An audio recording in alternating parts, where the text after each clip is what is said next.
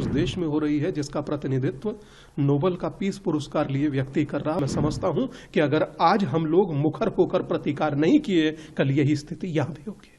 मैं बहुत पहले से इस बात को कहते चला आ रहा हूं कि बांग्लादेश के हिंदुओं के साथ जुल्म हो रहा है, चाहे वो हमारे देश के प्रधानमंत्री हों या उत्तर प्रदेश के मुख्यमंत्री हों, ये सिर्फ यहाँ बयानबाजी कर रहे हैं। आज मन शुद्ध है और मैं समझता हूं कि 21वीं सदी को शर्मसार करने वाली ये घटना है और उस देश में हो रही है जिसका प्रतिनिधित्व नोबेल का पीस पुरस्कार लिए व्यक्ति कर रहा है, और कैसे पीस किए जाते हैं मानवता के, वो दुनिया को दिखा रहा है। मगर दुख इस बात का उससे ज्यादा है कि बात बात पर बोलने वाला फिल्म जगत मौन कैसे है, बात बात पर अपनी बात कहने वाले सो कॉल्ड इंटेलेक्चुअल शांत कैसे हैं, पक्ष और विपक्ष शांत कैसे है।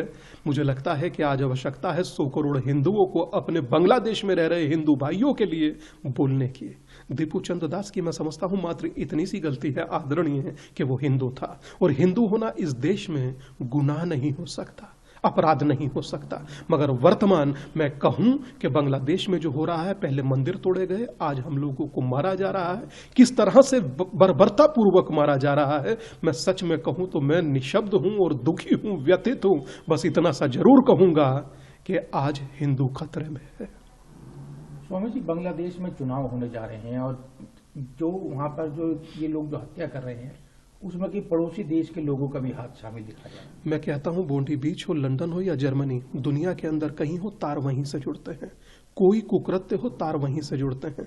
और रही बात, मैं समझता हूं कि SIR अब इस देश में होना बहुत जरूरी हो चुका है, और इस तरह से हो कि देश से निकाल घुसपैठियों को बाहर किया जाए और वहां से लाने वाले जो हिंदू शरणार्थी हैं उन्हें यहां लाया जाए। मुझे लगता है लोग मौन कैसे हो गए जो संसद में खड़े होकर जिहाद की बात कर रहे थे, और आज भाईचारा दिखाने की आवश्यकता है। बोले भारत का मुसलमान कि मैं आज बांग्लादेश के हर मुसलमान से अपना ताल्लुक तोड़ता हूं। लानत है ऐसी मित्रता पर जो अपने भाइयों को मारे, जो अपने रहने वाले शरणार्थियों को मारे। पहले पाकिस्तान में शून्य कर दिए गए, आज बांग्लादेश की यह स्थिति है। मैं समझता हूं कि अगर आज हम लोग मुखर होकर प्रतिकार नहीं किए, कल यही स्थिति यहां भी होगी। मैं बहुत पहले से इस बात को कहते चला आ रहा हूं कि बांग्लादेश के हिंदुओं के साथ जुल्म हो रहा है, और अब तक जो है सिर्फ हमारे भारत में, चाहे वो हमारे देश के प्रधानमंत्री हों या उत्तर प्रदेश के मुख्यमंत्री हों, ये सिर्फ यहां बयानबाजी कर रहे हैं।